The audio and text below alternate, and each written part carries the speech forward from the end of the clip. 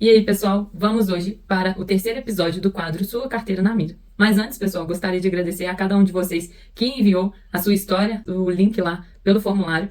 E também gostaria de dar um parecer aqui para vocês sobre alguns links que vocês me enviaram lá pelo formulário, só que eles não estão dando certo. Por algum motivo você coloca no navegador e eles não abrem o link da carteira. Não sei se é porque vocês não colocaram o link como público ou por outro qualquer motivo, né, que tenha dado algum tipo de erro. Então eu vou citar os nomes das pessoas que me enviaram o link através do formulário, porém esses links não deram certo. Aí, se você quiser reenviar o link para eu fazer aqui o quadro da sua carteira, é só você colocar o seu nome novamente. Não precisa responder todas as perguntas que tem lá, porque aí eu já, pelo seu nome, eu já vou conseguir achar a sua história, né, através do formulário anterior. Então, eu só preciso que você coloque o seu nome e também coloque o link correto.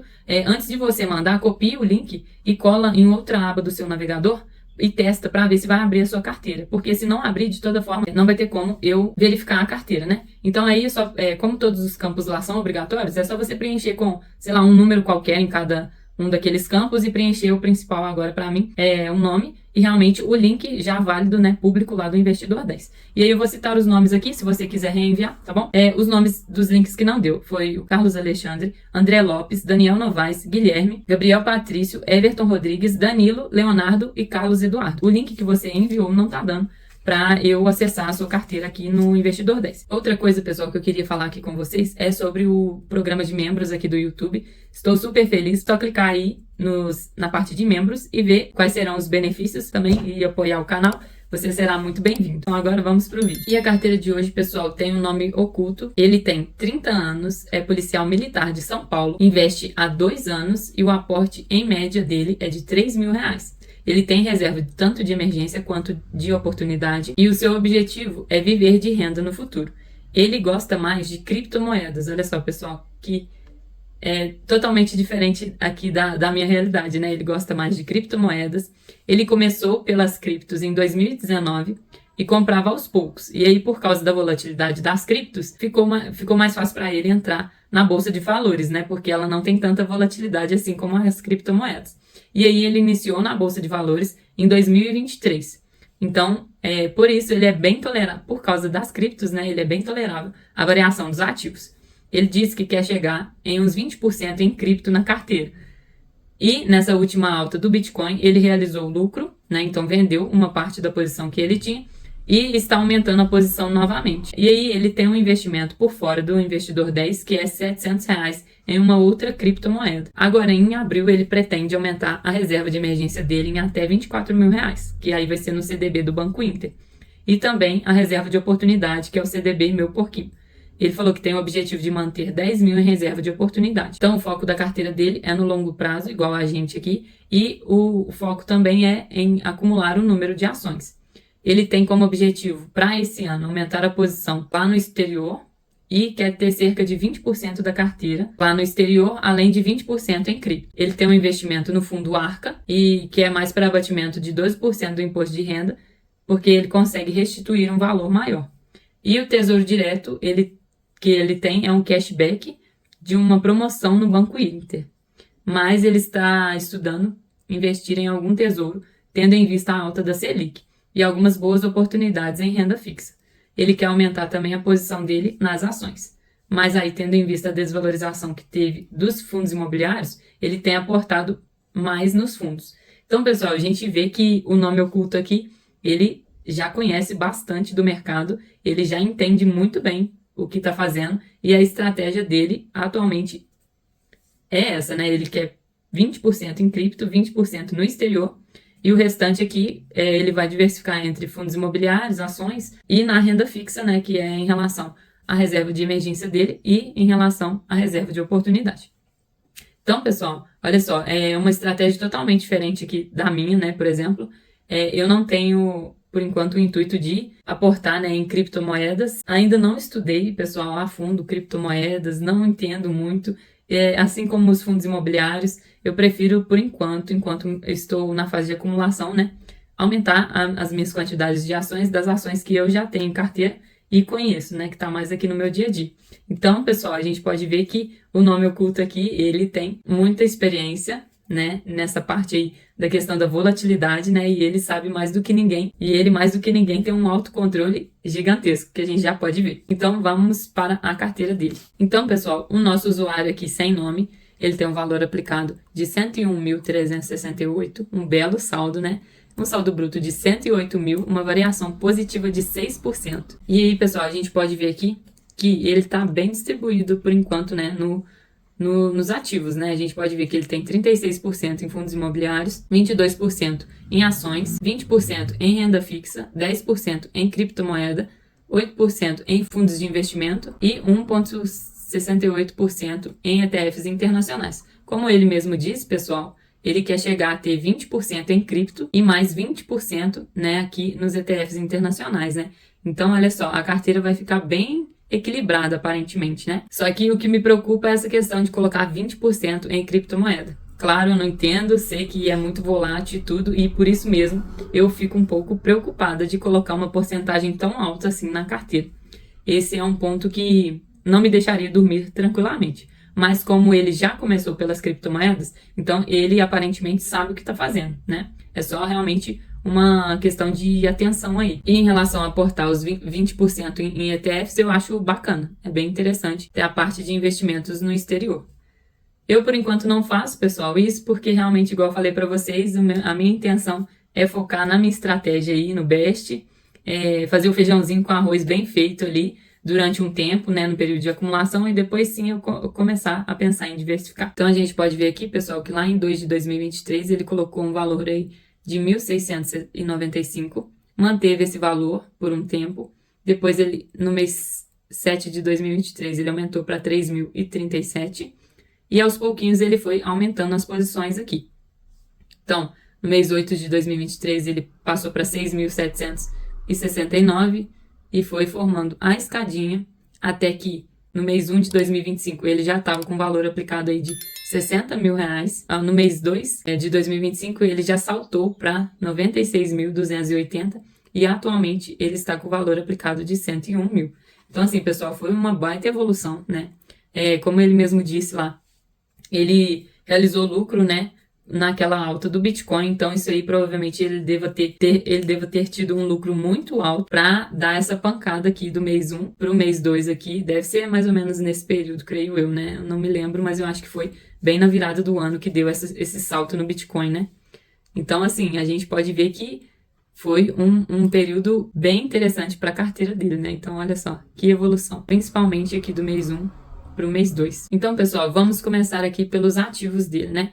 Então, ele tem 11 ações, 8 fundos imobiliários, 6 criptomoedas, um ETF internacional, um fundo de investimento e 2 ativos na renda fixa. Nos ativos de renda fixa, ele tem 2 ativos, valor total de 22.143, uma variação positiva de 1,52%. Ele tem o CDB do Inter, né, pós-fixado 100% do CDI. Esse aí é referente à reserva de emergência dele, então ele tem aí 20 mil reais mais ou menos aplicado na reserva de emergência. E ele tem um CDB Inter, meu porquinho pós-fixado 100% CDI. Ele tem ali o valor de R$1.000,15, né? Ele disse que essa aqui é a reserva de oportunidade dele e que ele pretende chegar aí a 10 mil reais mais ou menos, né? Tesouro Direto ele ainda não tem nada aqui registrado. E agora vamos para o fundo de investimento que ele tem aqui. Tem um valor de 9.098, uma variação positiva de 1,64%, e o fundo de investimento que ele tem aqui é a Arca Grão, né, que é um fundo de previdência que é do Grupo Primo. Em ETF internacional ele tem um valor de 1.812, está com uma variação negativa de 5,72%, e o ETF que ele tem é o VOO. Esse ETF ele replica o desempenho das 500 maiores empresas, né, lá dos Estados Unidos, que replica o índice do S&P 500. Agora a gente vai para as criptomoedas, no qual ele tem 6 ativos e aportado ele tem 11.436, uma variação, pessoal, de 217%. Ele tem essa BNB, Binance Coin, ela teve uma variação, pessoal, de 755%. Então, ele ganhou muito dinheiro aqui nessa criptomoeda. Ele tem também o Bitcoin, teve uma variação de 36%. Ele tem o Ethereum também, teve uma variação de 242%. Tem a Solana, teve uma variação de 14%. Tem essa XRP, que eu não conheço. O nome dela, pessoal, é XRP mesmo. E o que essa criptomoeda faz é acelerar as transações financeiras. Nunca tinha ouvido falar.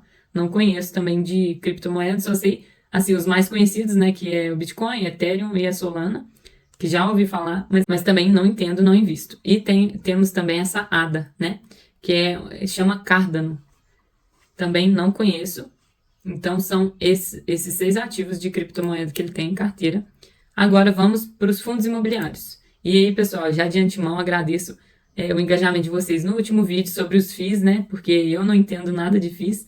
Sei, assim, algumas características básicas, mas se você puder deixar aí, se ele está no caminho certo dos fundos imobiliários, comenta aí abaixo e ajuda ele. Eu sei que muitos desses fundos que tem aqui na carteira dele, muito conhecido, né? E eu, na época que eu estava estudando, né, os fundos imobiliários e as ações, eu via muito e alguns desses aqui que eu já teria colocado na minha carteira se eu fosse comprar os fundos imobiliários. Então, pessoal, a gente pode ver aqui que nos fundos imobiliários ele tem aplicado o valor de 39.704, uma variação negativa de 6,53%. A gente sabe, pessoal, que houve uma queda brusca aí nos fundos imobiliários, né? Com certeza, essa variação que está aqui hoje já depois de uma boa alta aí, né? Porque realmente os fundos estavam sofrendo muito. Ele tem o HGLG11, 48 cotas. Esse é um fundo de tijolo. Ele tem o XPLG11, tem 66 cotas.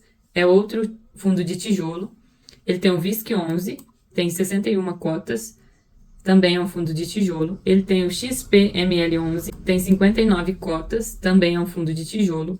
Ele tem esse URPR11, ele tem 84 cotas, é um fundo de papel, esse eu nunca tinha ouvido falar, pessoal. MXRF11, ele tem 541 cotas, também é um fundo de papel. Ele tem o BTLG11, ele tem 20 cotas, fundo de tijolo. E tem o SNAG11, tem 185 cotas, é um FIAGRO, né? Então, pessoal, assim, como eu não entendo muito de FIIs, não vou falar muita coisa. Mas igual, alguns aí que eu deixaria talvez na carteira, né? Seriam os mais conhecidos, né? Eu acho que são os mais resilientes aí nas crises e tudo. Mas a gente pode ver aqui, ó, que o único que mais está pesado aqui na variação, que está caindo mais, é esse, o RPR11. Igual eu falei, eu nunca ouvi falar nesse fundo e a gente pode ver aqui que a variação dele está menos 17%.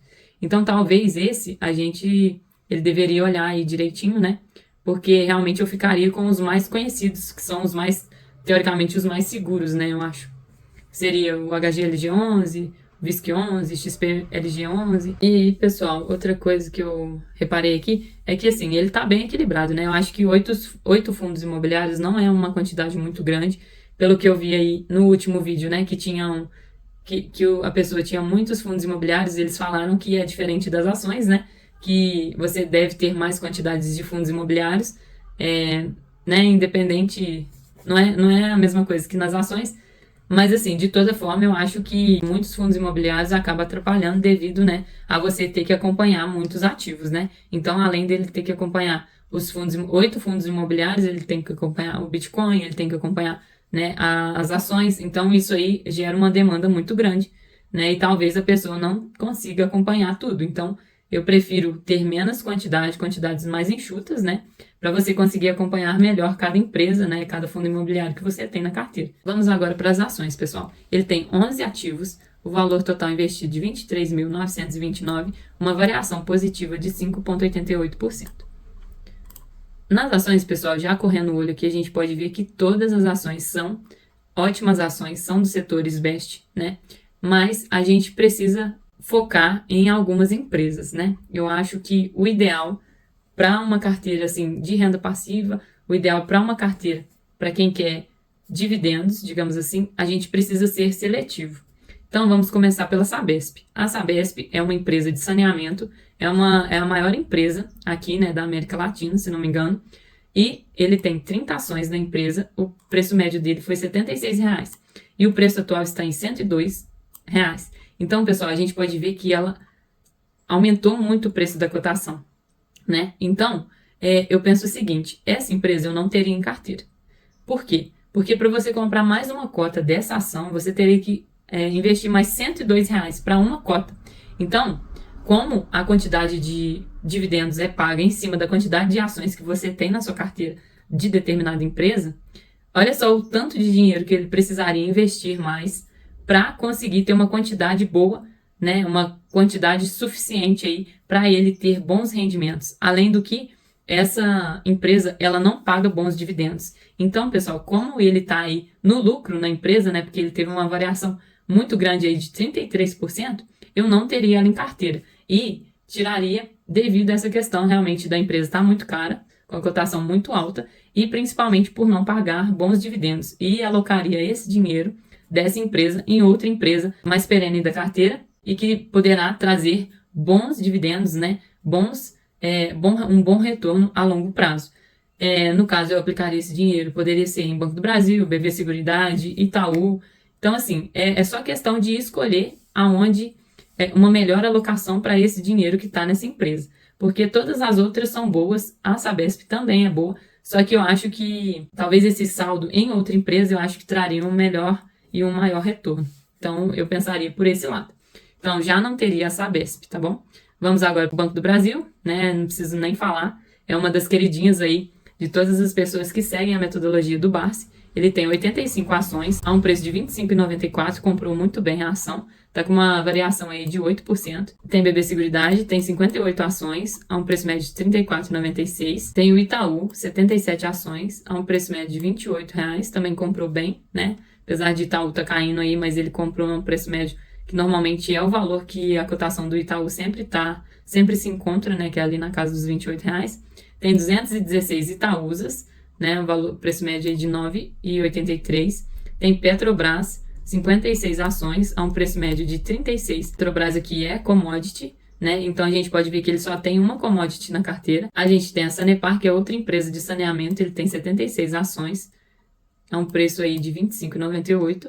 Tem TAE11, né, TAES11, que é uma empresa do setor de transmissão de energia elétrica. Tem 59 ações, a um preço médio de R$ 34,47. Um bom preço médio. Tem ISAE, né, que é a ISA Energia, também é uma empresa de transmissão de energia. Tem 63 ações, a um preço médio de R$ 31,84. Isso aqui me pegou bastante, pessoal. Ele tem a ISA E3 e não a ISA E4. A ISA E4, normalmente, ela está atualmente na casa aí dos R$ 22,00. E ele tem a ISA E3, que é o ticker da ação ordinária, que normalmente é um ticker mais caro, né? Que é na faixa dos R$ 30,00. Ele tem também a Vivo, né, empresa de telefonia aí, 39 ações, a um preço médio de R$ 48,00. E tem a CEMIG, 160 ações, que é uma empresa de geração, transmissão e distribuição de energia, a um preço aí de R$ 11,24.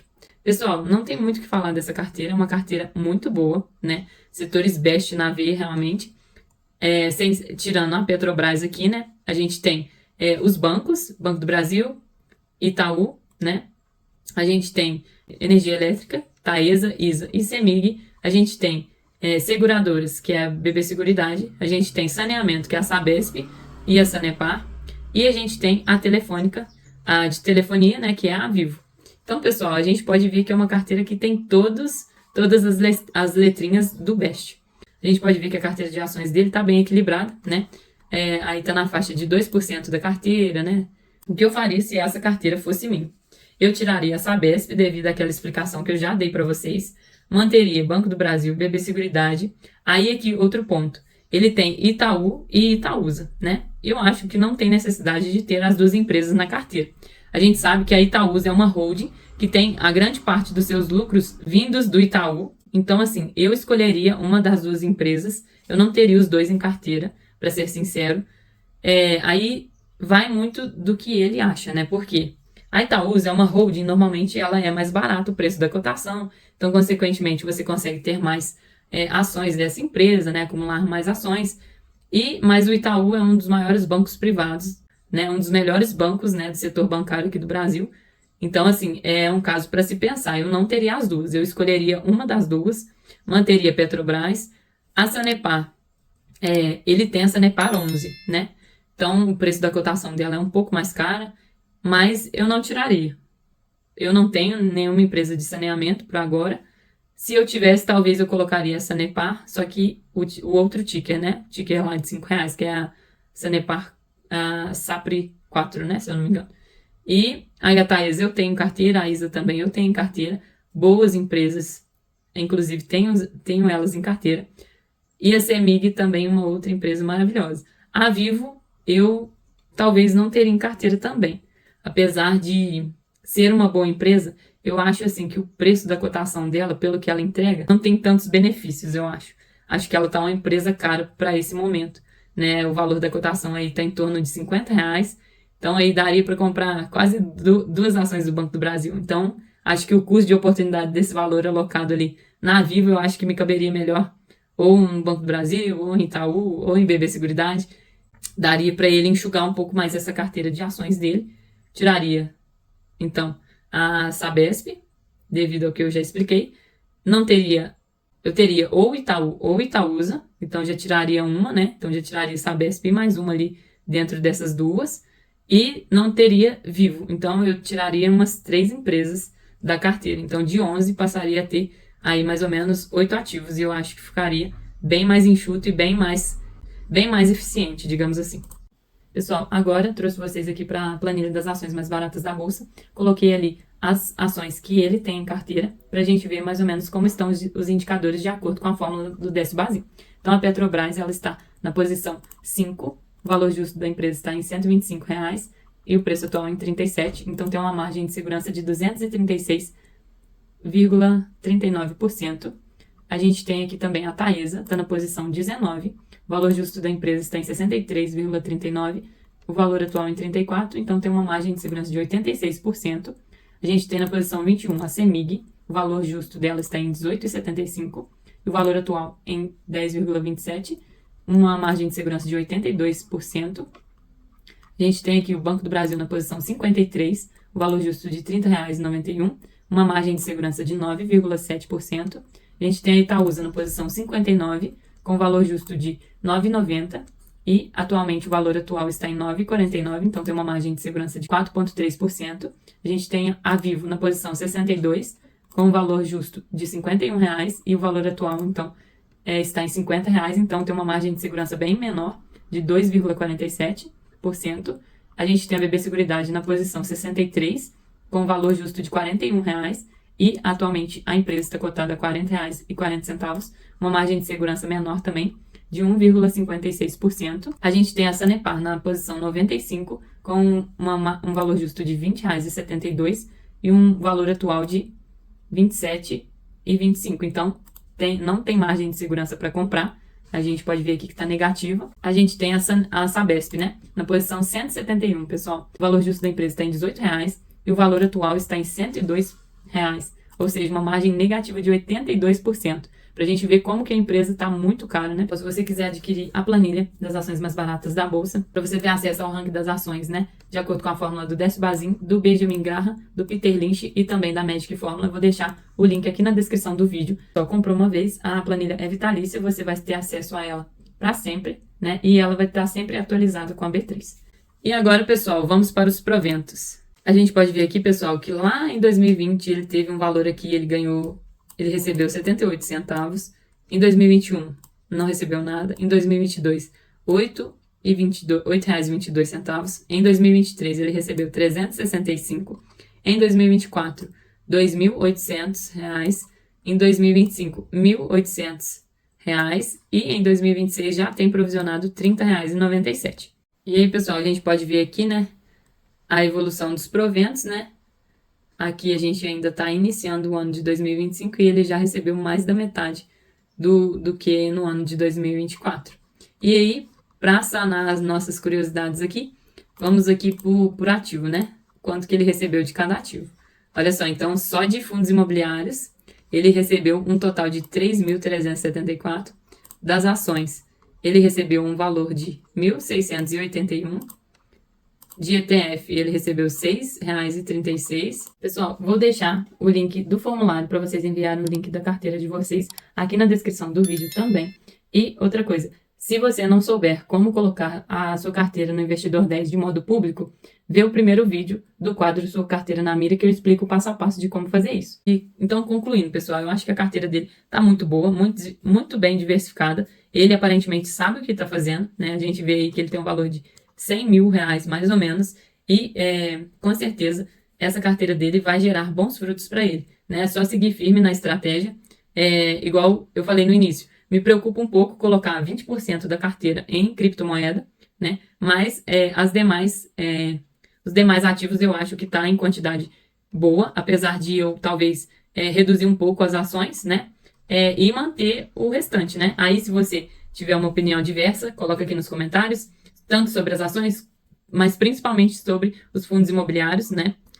Que ele tem em carteira aqui para você ajudar o nosso colega.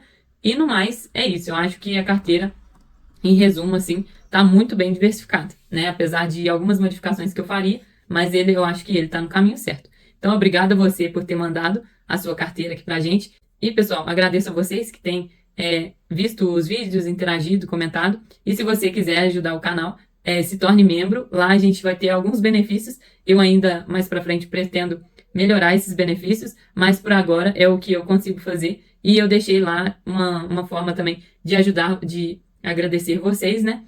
Também, quem for membro, ter prioridade na análise das carteiras. Eu vou analisar de todo mundo, mas muita gente me mandou depois, né? Então, pode ser que demore bastante. Eu vou passar a carteira de todo mundo aqui. Mas, se você quiser ter prioridade em participar desse quadro, é só você se tornar membro do canal, e aí, ao mesmo tempo que você vai estar ajudando o canal, você também vai estar me motivando a gravar mais vídeos e melhorar os conteúdos aqui para o canal, né? Com certeza, daqui a alguns dias, vamos ter melhorias aqui. Eu espero que dê tudo certo, né? Porque realmente não é fácil a gente ter que gravar toda semana. É um quadro muito bom de se fazer, é um quadro que, assim, eu fico extremamente feliz em gravar, porém, assim, dá um pouco de trabalho, né? Você fica ali bastante tempo pesquisando. Mas é isso, pessoal, estou super feliz com tudo que vem acontecendo aqui no meu canal, né? Obrigada a todos os inscritos e a todas as pessoas que têm aderido à minha ideia aí no quadro. E obrigada a todos vocês. Um abraço, fiquem com Deus e até o próximo vídeo. Tchau!